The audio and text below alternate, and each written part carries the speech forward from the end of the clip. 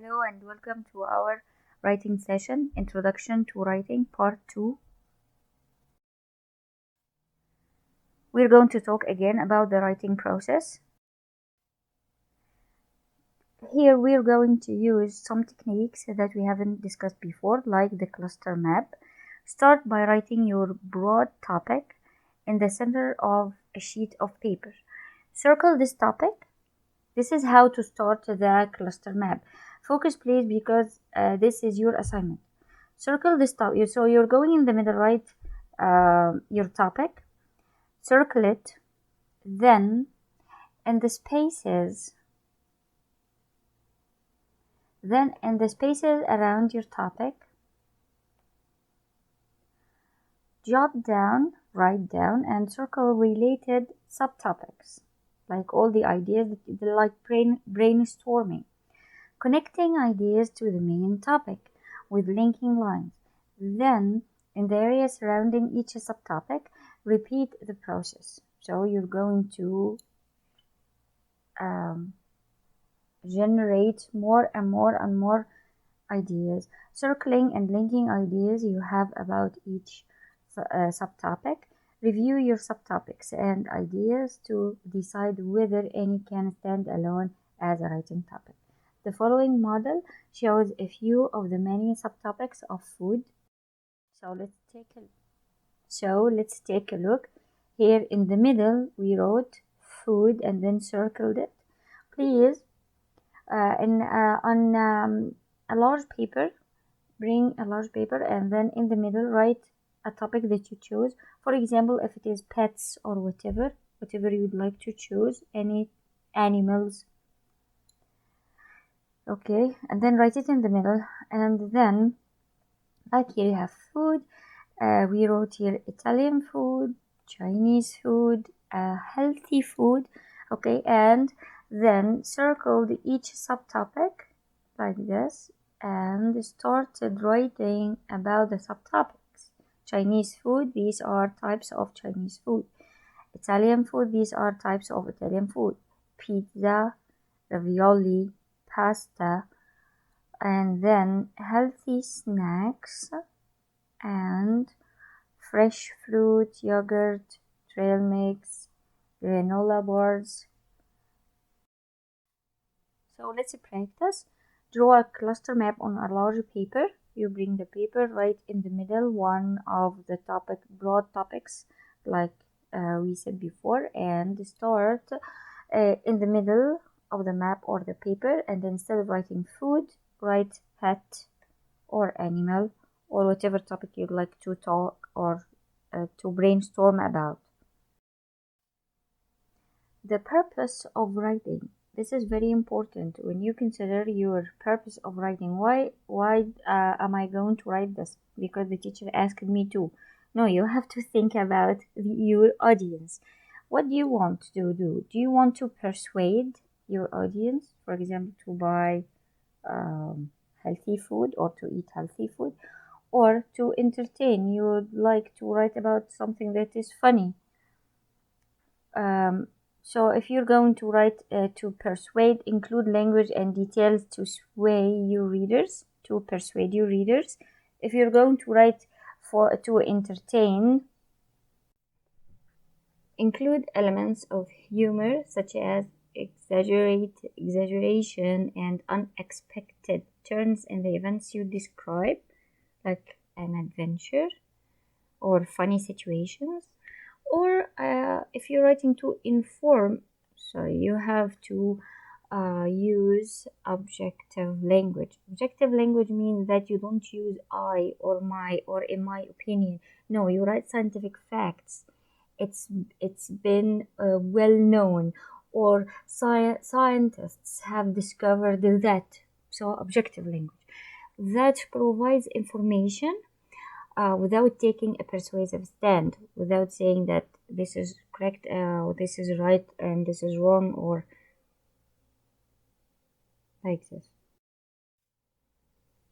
It is very helpful to make a sensory details chart. Like you can see here, the topic is new pizza restaurant. So we chose from the other cluster map, we chose a pizza as a topic to write about. So we're going to choose write a story or write this fiction and sometimes fiction and non-fiction, and we choose the topic of new pizza restaurant. Okay, and then here at the beginning we write the sites, how it's going to look like, checked cloths like this tablecloth that we use, murals from Italy, colorful menus, and then the sounds like chef singing opera, cheerful hubbub from diners, and then the smells, tomato sauce, garlic, onions, because these are the things that are going to be used to bake pizza. The taste of the pizza, spicy, fresh, and zesty, and then the touch, gooey and hot. So let's practice. On a separate piece of paper, draw this table and try to brainstorm about the subject that you chose before in the cluster map. Here, a pet puppy, this is what I chose, but you are free to choose whatever. But make sure that you're going to find many things to talk about. Here the sites, a speckled Dalmatian, German Shepherd, or the color brown. The sounds, I tried to imagine the sounds of a puppy barking loudly, or snuffle, or snort, or squeak. Sometimes these little puppies squeak like when they are afraid.